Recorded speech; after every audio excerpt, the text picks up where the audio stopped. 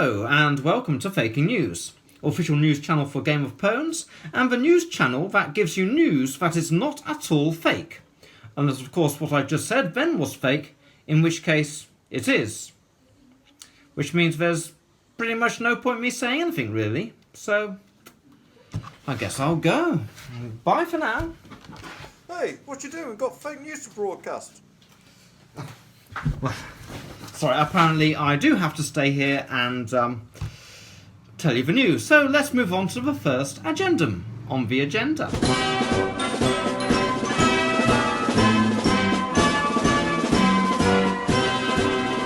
The first agendum for today is regarding our own country, which is now called Chilitoland. President Chilito of Chilitoland has recently been spending time with Donald Trump and his buddies, and has been visiting some of Trump's allies, as we can see from Chilito's Twitter feed here. Although while Chilito has been visiting these people, we notice that he may be realising that he has made a big mistake by creating his allegiance with Trump. After all, Chilito has stated that he is very multicultural, and many of Trump's views go much against what Chilito stands for. It is our hope soon that Chilito will see the error of his ways, especially when we saw this tweet when he was with Trump and John Bolton. If crazy things keep going the way they have been going recently, negotiations between Chilito and St. Lolo may come about in order to restore our country's social programmes. Okay, let's now move on to another part of the Game of Pownes world.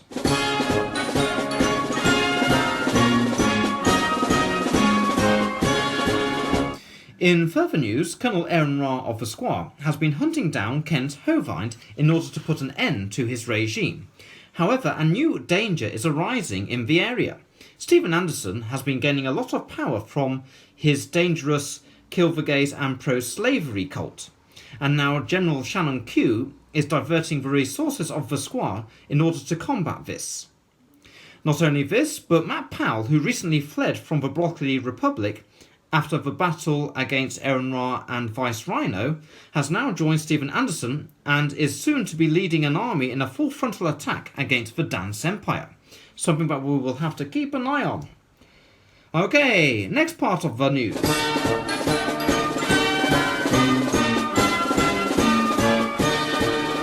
Okay, welcome back, and this just in. In further news, the Trumpland administration has relabelled toxic gases such as methane as freedom gas in order to spread freedom throughout the world by selling it as a product to these people. Sorry, this is obviously fake news, and we'll just move on to the next part on the agenda. Sorry? No, it's not fake news. Oh, it's not? It's real.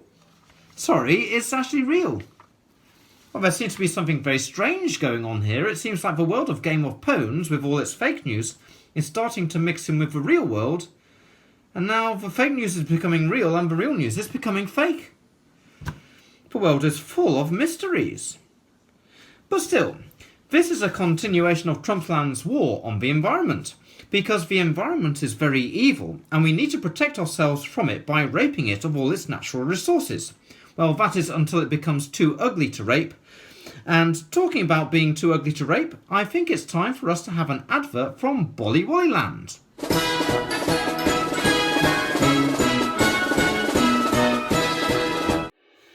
Brazil is a nation that is full of rainforests and delicate ecosystems, which are important to scientific research when it comes to finding the best way of making our future sustainable.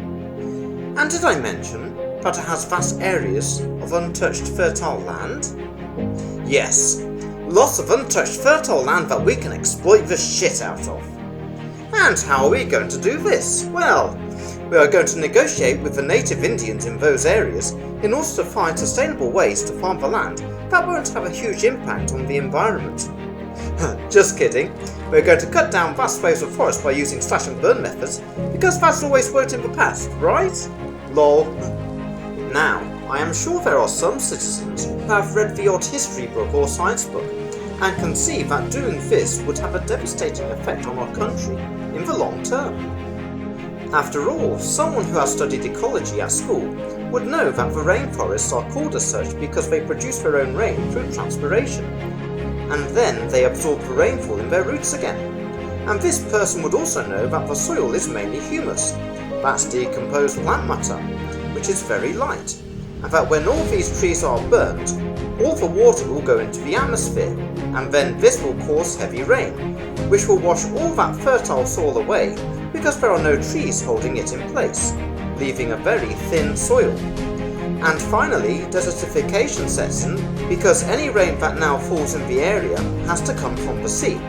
But most of it falls on the west coast because there are mountains that cause the water vapour to rise and condense, and then fall far from the Amazon basin, leaving very little water to fall on the land that has been cleared by stupid people. So that's why we have now cut 30% of the funding to education, so that we can reduce the number of these factars that we have in our country. Something that our president had to have explained to him by the education minister with chocolates, because he can't understand graphs. But with cuts in education, your children will all be the same too. This advert was brought to you by the Wollywolly Land government, filling the corridors of power with dumb fucks who just don't give a shit. Well, following on from that, I think it is now an apt time to get the latest report from the debate battle that is going to be happening between the Science Alliance and Trumpland regarding the installation of wind turbines.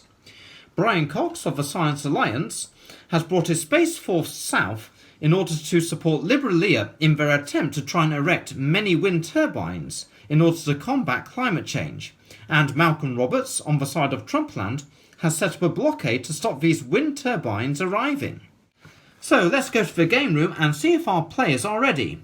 Andrew, are you ready for this battle? Oh, hello there, Andrew, over in the studio there. I'm here with my friend Salo here, and hello. Here he is. And we're about to start the battle between Malcolm Roberts and Brian Cox. I'll be playing on the side of Brian Cox, and my friend Salo will be playing on the side of Malcolm Roberts. So, let's get this debate battle underway. Excellent. So, let's look at the armies. Brian Cox has a space fleet consisting of 14 ships. These are 4 Nova-class frigates, 2 Farstorm-class frigates, 2 Cobra-class frigates, 1 Dauntless light cruiser, 1 Dictator-class cruiser, 1 Mars-class cruiser, 1 Vengeance-class cruiser, and 1 Retribution battleship, the total value of which is 996 points. Malcolm Roberts has a larger space fleet consisting of 30 ships. These are 1 Fadic Mortis, 1 Impaler command ship, 2 Magistracy command ships, 10 Star Destroyers, and 16 Fadic ships, the total value of which is 1090 points. Okay, so now that is all out of the way, let's continue with the introduction.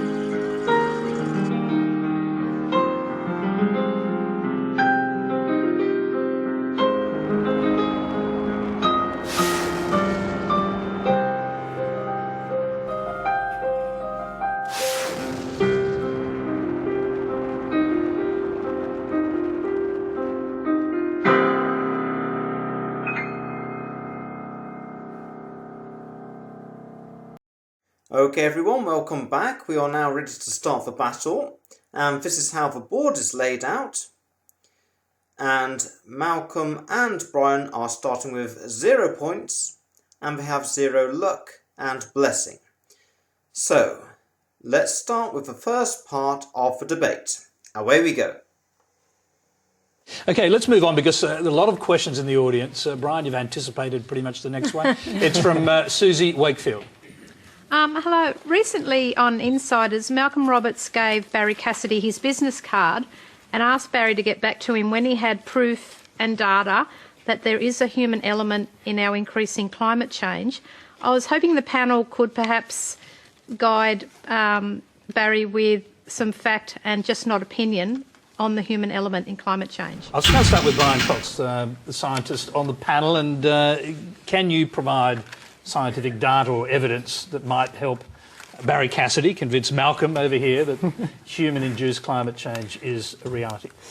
Well, yes, and I could sit here and read out figures until I'm blue in the face. I mean, interestingly, it's getting more worrying if you look at the temperature measurements now. I mean, 2015 and 2016 in particular have seen a quite shocking acceleration in many of the measures, be it surface temperatures, ocean temperatures, etc. So the first few months I noticed of 2016 have above the average, the pre-industrial average, have been pushing 1.5 degrees. Now, you can't read too much into individual years. You have to be careful because you see these graphs and they're spiky, but there's a clear rise.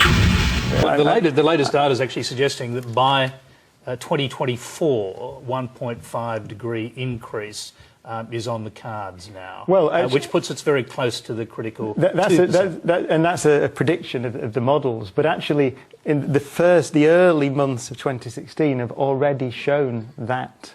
So we don't know how 2016 is going to continue. But that is a worrying problem. Because what would happen if we reach 2%? Oh, there are some shocking predictions, actually, that you see where places in the Middle East, for example, that are already experiencing temperatures sometimes in excess of 50 degrees, I think, this year, become essentially uninhabitable for certain periods of time. So it exacerbates, sea level rise, etc. So what it does, it exacerbates some of the problems we're seeing. We just spoke about refugee problems.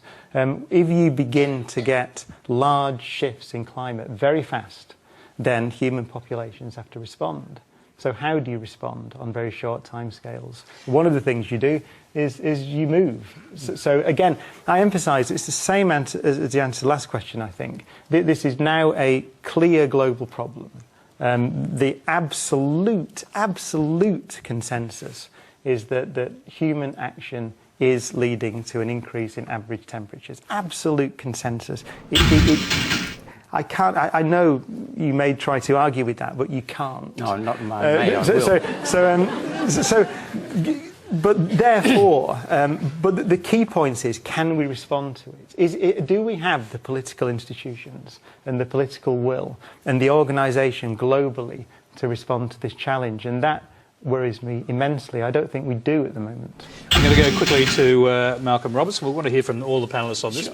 Sure. The longest temperature record for temperatures on this planet is a Central England temperature record, which goes back to the mid-1600s. And the latest in the 17th century, the latest warming cycle in the 17th century going into the 18th century was faster and greater than the latest warming, which finished in 1995. And Justin Bieber wasn't flying his private jet around in the 1600s. That's the first thing. The second thing was we've had a pause in this so-called warming for now 21 years. Depends how you measure it, 21 years. And I'm absolutely stunned that someone who is inspired by Richard Feynman, a fantastic scientist who believes in empirical evidence, is quoting a consensus. Can I brought the graph, right? I mean, can I just...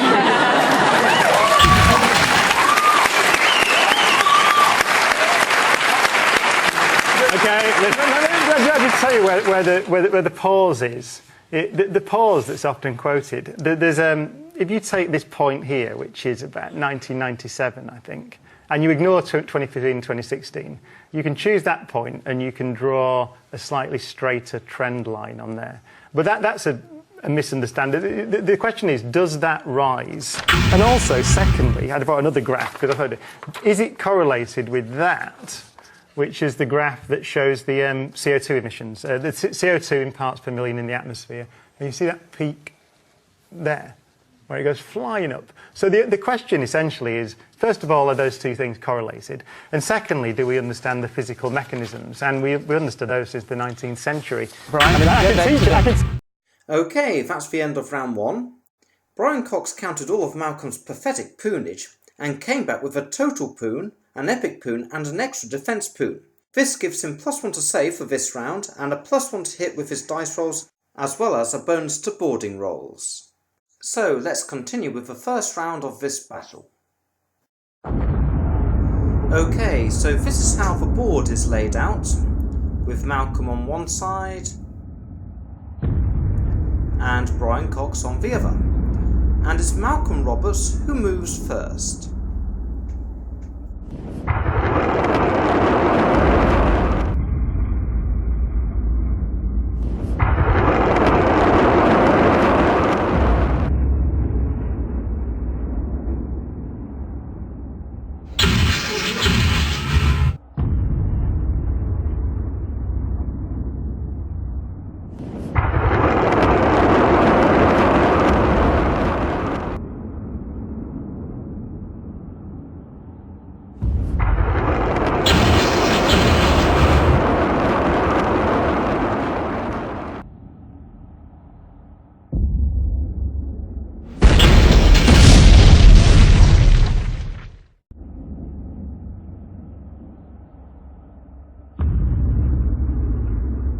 Okay, so that's the end of the first round of the battle, and only Brian Cox did any firing, as Malcolm Roberts hyperspaced that turn. However, no casualties were caused, and so no points have been awarded for either side, and neither has any luck or blessing. So let's move on to the next part of the debate. Century. Brian, I can teach you. I can give you a lesson if you want. I can give you. Can you go back to the middle of the graph there? Yeah. That graph. Yeah, the peak in the middle. Yep. What year is that? That's about 1941. Yeah, 1930s and 40s were warmer than the current decade. Where's that? Well, no, what's the data source? Well, not exactly. No, the original records are. I don't know, we should argue about The original records are far warmer. The other thing that tells me that graph has got something wrong with it is that 1998 was about the same as 2015-16. Okay, I'm just going to pause here. So you're hearing. It was an El Nino year. Both were El Nino years. Malcolm, just 1 second. You're hearing the interpretation of a highly qualified scientist, and you're just saying, I don't believe it. Is that right? I'm saying two things.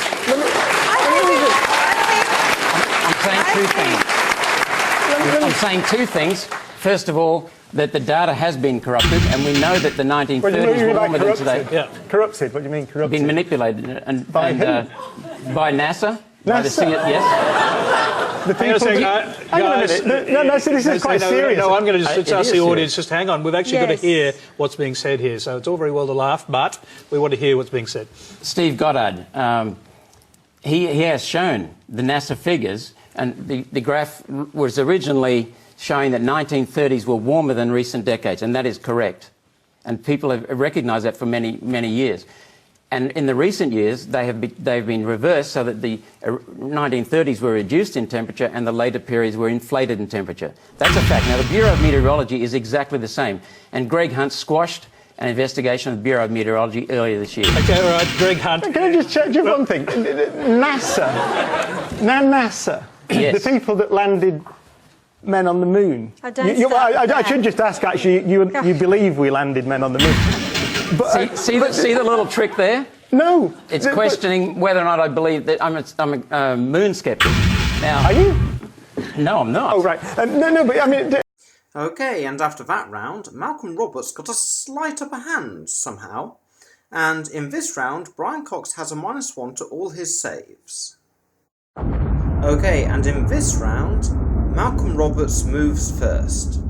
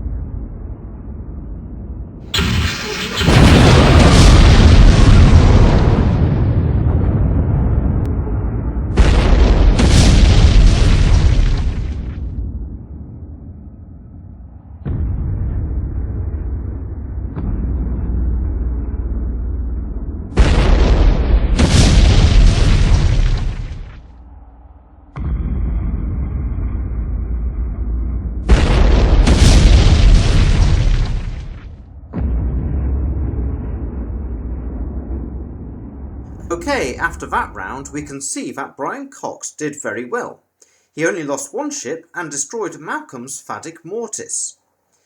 He now has 12 victory points, and he was lucky twice in that round too. Now, let's see how things go in the next round. But, I mean, it's a serious accusation. I mean, the idea that NASA and presumably, I should say to people, by the way, that the Australian Academy of Science have done a brilliant. You can never get any sense on programmes like this. They're adversarial and things. But the Science of Climate Change, the Australian Academy of Sciences report is superb. I brought it because I'm going to come and give it to you in a minute, so you can have a read. But that's very good if you want to see. But the point is that the accusation that NASA, pretty all the Australian, the Met Office in the UK, everybody is collaborating to manipulate global temperature data. Are you accusing me of saying they're collaborating?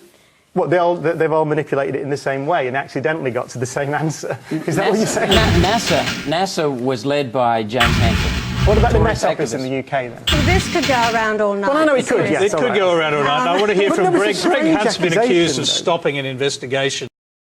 Well, that exchange was brief, but Brian Cox has +1 to his hit rolls for this round, and Malcolm has a -1 to all his saves.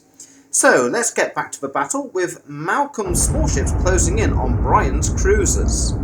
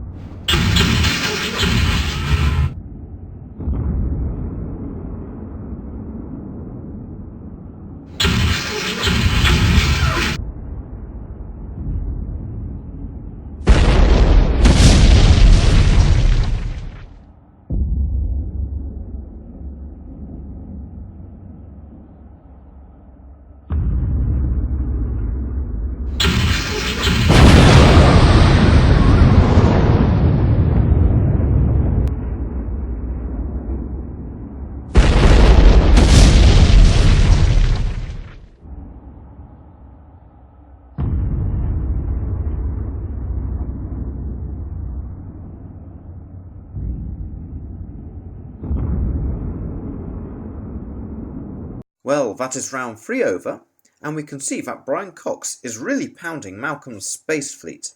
He has gained another 3 victory points, whereas Malcolm only gained 2 that round. But it could have been much worse for Malcolm if it weren't for his 2 blessed dice rolls.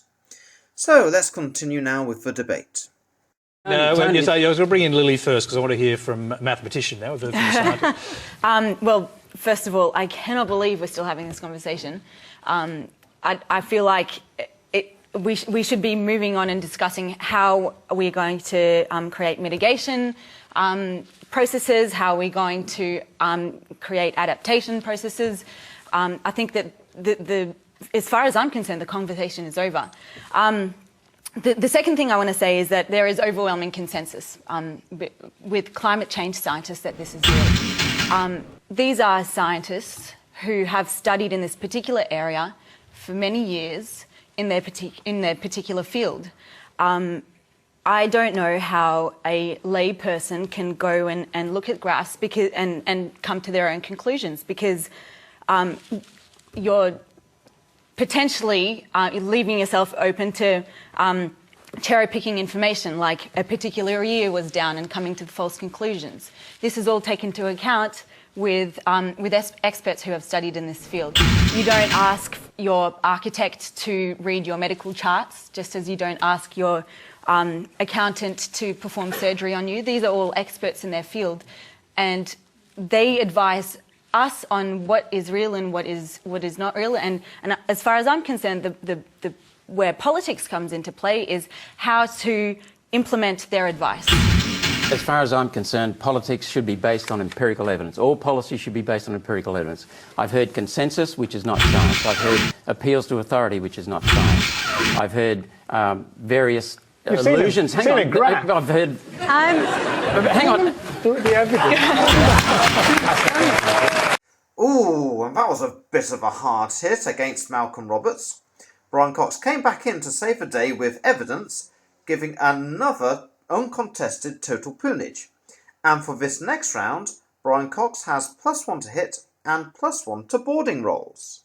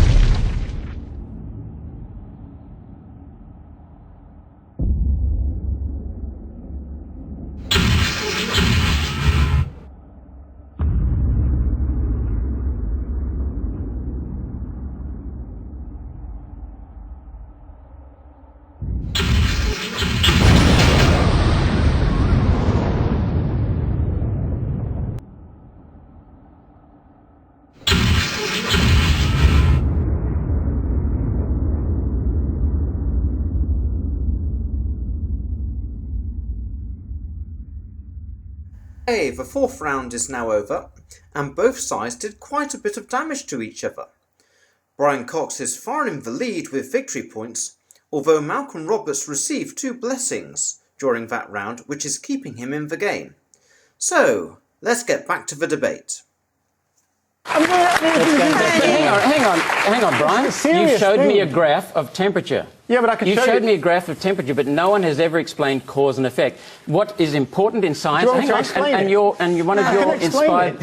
of your inspirers is Richard Feynman. Richard Feynman says it doesn't matter how beautiful, how emotional your theory. If the evidence does not suit, it is wrong. That's what Richard Feynman said. And what we need is not just empirical evidence. Can I have 1 minute? We need empirical. Hang on. Yeah, we need empirical evidence that demonstrates and proves cause and effect. Greg Hunt says he relies on advice. I have never ever heard Greg Hunt say that he relies on data. Let me tell you what I rely on. Outlined the data. And I won't try You said and you got talk to the advice. panel. I'd like to data. talk to particularly the young people that are sitting in front of us this evening. But what I see is I saw my friends go swimming at Maroubra Beach on last Sunday, and that shouldn't happen in August. I go to islands in the Pacific, and they are sinking. They are our neighbours and probably will end up to be environmental refugees to Australia. Thirdly, and we might get to it, the CSIRO cuts that the government has undertaken is just kind of nuts in relation to what's going on in terms of climate change. There are a number of sceptics that exist within the Australian Parliament, and we've heard some of that tonight. But most importantly, what we're talking about and what we're arguing about is in fact what these young people in front of us are going to be living in a real way. And that to me should be the absolute starting point for the work that should be done by governments and others, including everyone in this audience. We can all have a role in dealing with climate change.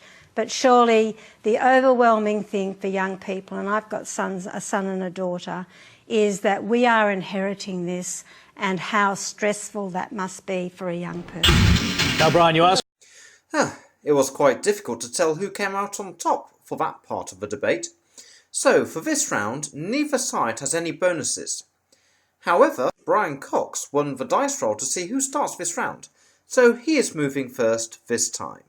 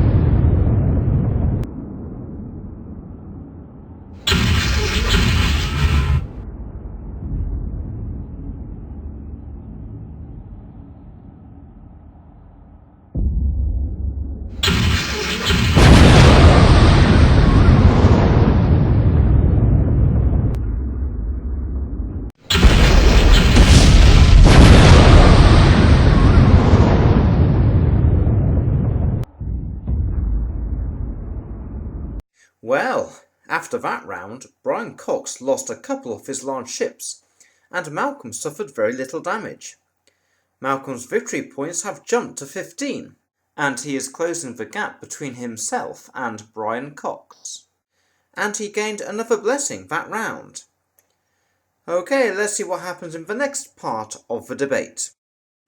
Now, Brian, you asked for a minute, and you wanted to respond to a broader Malcolm point about how you would do science and this issue in general. So it's obviously a sensible, as you said, a very important question to ask. What will our climate be like? Which is essentially the probability of weather. What's it going to be like in 2050 and 2100 under different scenarios, given that we understand the physical mechanism for greenhouse warming, etc. I mean, you were right in one thing you said, which is that CO2 is essential for life. It is. The temperature on the surface of the Earth would be very low, below freezing, if it wasn't for the fact that we had a greenhouse effect. You see that on Venus as well. So we understand the physical mechanism. But the point is, it's a legitimate question and a very important question to ask. What if we carry on emitting greenhouse gases at this rate, or an increased rate or a decreased rate, what do we think will be the impact on the climate in 50 years' time? We can only answer that question if we understand it now. So, yes. So the way you do that is you make measurements now of temperatures, sea levels, Arctic ice volume, etc., etc., etc. And then you try and model the climate in order to make a prediction about the future. Now, that's the only way that you can make a prediction about the future. There is no other way. So you can check the models. But Brian, the models have already been proven wrong, hopelessly wrong. Well, no. Yes, you cross-check them into the past, for example. They do quite nicely. They have a large but actually shrinking error range on them. Well, Brian was back on form for that round, and has been awarded +1 to hit and +1 to saves for this round. Maybe he can increase the gap between himself and Malcolm again. Let's find out. This time, Malcolm won the dice roll for who goes first, so he moves first.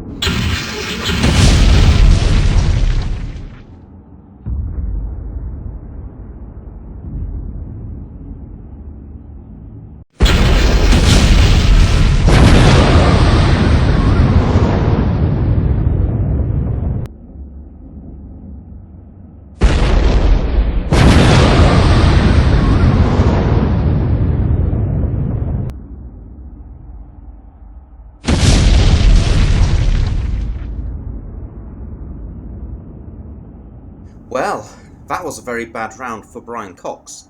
Malcolm Roberts destroyed his main battleship, but as consolation, Brian did destroy Malcolm's command ship. The victory points are almost equal now, and Malcolm received a double blessing, which resulted in Brian Cox losing his Retribution battleship. This leaves Brian in a very critical position. Can he keep the Pwnage flowing in order to turn this battle around? We shall see now. But the question is, if you don't do that, if you don't model, which is a central part of the scientific process, how do you go about answering the question, which, as you said, our young people here have a right to ask, which is, what will the world be like in 2050, in 2075, in 2100? If you don't model it, this is my question to you, if you don't model it, how can you go about trying to answer the question? The models that the IPCC uses are unvalidated and erroneous and have already been proven hopelessly wrong. And that's a fact. That wasn't my question. That wasn't my question. How would you go about answering the question? You answer the question by making projections based on models, providing the models are validated and have been proven to be accurate. And the models have already been proven to be inaccurate, and the IPCC has recognised that and admitted it. Now, what we need to do is look at the empirical data, and the empirical data says quite categorically that the levels of carbon dioxide in the atmosphere are a result of temperature changes. No, not that's cause. flat out wrong. No, it's not. That's correct. It is flat out I've looked at the incorrect. data that the Sorry, just hang on. He listened to you, and now you have to listen to him. It is wrong. Let me just. All right, I'll just give you one snapshot. So I took a snapshot of the different bits of evidence for 2015. So global upper ocean heat content, highest on record in 2015. Global sea level, highest on record in 2015. 70 millimetres higher than that observed in 1993. Global surface temperature, highest on record. El Nino, something like a 10 to 40% contribution to that. Tropical cyclones, well above average overall. As you said, and even the anecdotal data. I actually had a wonderful. I was going to comment on a story then, but I won't do because it'll take too long. But as you said, so the point is, you go evidence. Arctic continues to warm. Sea ice extent low. Arctic land surface temperature in 2015 2.2 degrees Fahrenheit above 1981 to 210 average. So there's evidence. But the point is, the key point is that if you don't accept that the only way to try to formulate policy on what we do with emissions is to build models, that's the only way you can predict the future. Otherwise, you have tarot cards. Just before you come in, Malcolm, I'm going to interrupt because I want to hear. Okay, it looks as though Brian pulled out all the stops in that part of the debate and has a +2 to hit and +1 to boarding rolls. And Malcolm has a -1 to his save rolls and a -1 to hit. These bonuses will last for 2 rounds, and only a huge amount of blessings can help Malcolm here. Unfortunately, Malcolm moves first again for this round, which makes it difficult for Brian.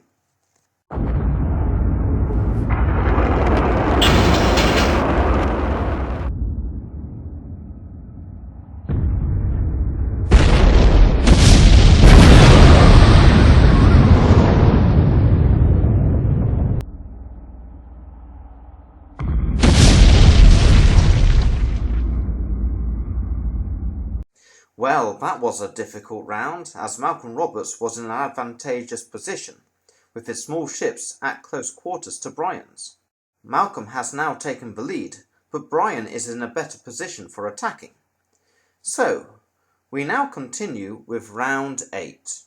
And this time, Brian gets to move first.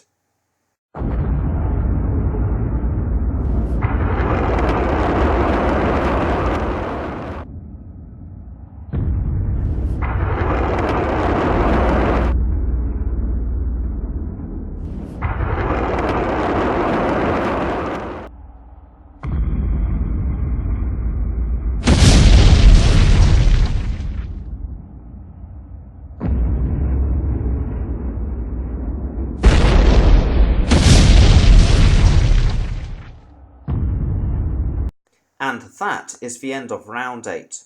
It seems that Brian got those bonuses too late, as his firepower has been greatly reduced towards the end of this battle. Malcolm Roberts is leading with points and blessings, which have really been pulling him through in this battle. There's only 1 round left to go, so let's see what happens. Just a very quick final response here from Malcolm Roberts. Now, were you in government, if you had the power to do it, would you just sack all the climate scientists? I would want to see the empirical data that they have provided. They have not provided empirical data that proves cause and effect of human carbon dioxide. Greg, what I understand is that, from the reports in the newspaper, admittedly, is that the CSIRO needs to beef up its decadal research.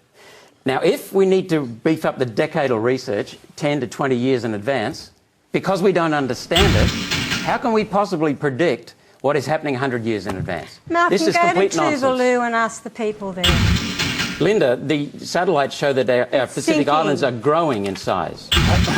Okay, I'm going sorry, I have to bring Brian back in again. There's only one last thing. The Australian sea levels in the last 20 years have moved up at an average of 0.3 of a millimetre per annum. That equates to about 30 millimetres in a century. That is entirely natural and normal. Okay, right. A final word to Brian Cox. The final word is that I would encourage everyone watching it, because it's very difficult in these situations because there are many numbers bandied about and people end up shouting at each other. But I would recommend that you go and look at some of the trusted sources on the web, and NASA is one of them, but you'll find it on the Australian government websites as well. And you find out for yourself, you have a look, there's some beautifully presented reviews of the data and the modelling. And the other thing I agree with you on is that obviously the surest thing to do is to do an experiment. You are right. And we are doing that experiment. And we could continue to do it. So we could continue to say, let us continue to increase the CO2 levels in the atmosphere and see what happens. The problem with that experiment is that as we understand the climate today, you get to a point, and we're not too far off, where it gets very difficult to reverse the effects on century-long timescales, especially because we don't fully understand the way that the Arctic ice and the Antarctic ice and how fast they will melt. There are problems there in the models. And so we don't understand how fast that climate can shift and change. In response to what is, the last thing I'd say, it's a very rapid pulse increase in CO2, and that's the challenge. So you would be right again to say that the climate varies over long timescales. But as far as we know, we've not tested the Earth's climate with such a rapid pulse increase in greenhouse gases. And that's the problem that the scientists are asked to help the politicians form policy around. It's that problem. And that's a final thing I would say. The scientists don't form policy, and rightly so. We live in democracies. Politicians form policy. The scientists are asked a question, which is model this as best you can and give us give us advice as best you can. That's what's happening. So the idea that there's some conspiracy, I don't know why there would be, but the idea that there is one is nonsensical. Okay. The questions have been asked. All right, we've got a lot of questions. Well, that was a round full of pwnage and facepalms. And never in the history of Game of Pownes have we seen one side poon another so badly. Brian has +2 to all his dice rolls this round, and Malcolm has a -2 to his save rolls and to his hit rolls. However, Malcolm won the dice roll for who moves first, and he'll be moving first this round.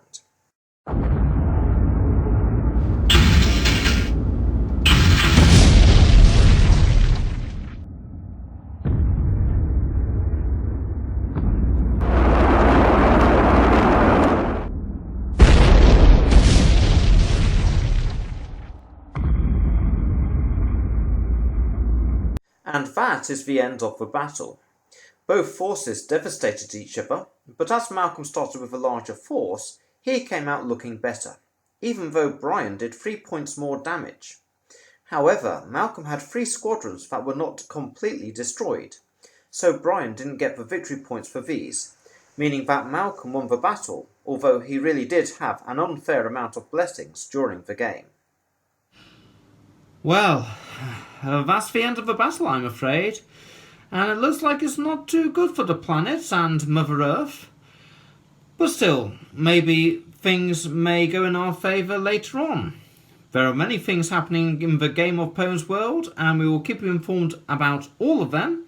So keep watching this space, and we look forward to giving you the news from our next edition of Faking News. Okay? So goodbye from now, goodbye from me, and we don't have President Cholito here, but maybe one day we'll have a presidential address from him. So goodbye, and tune in next time.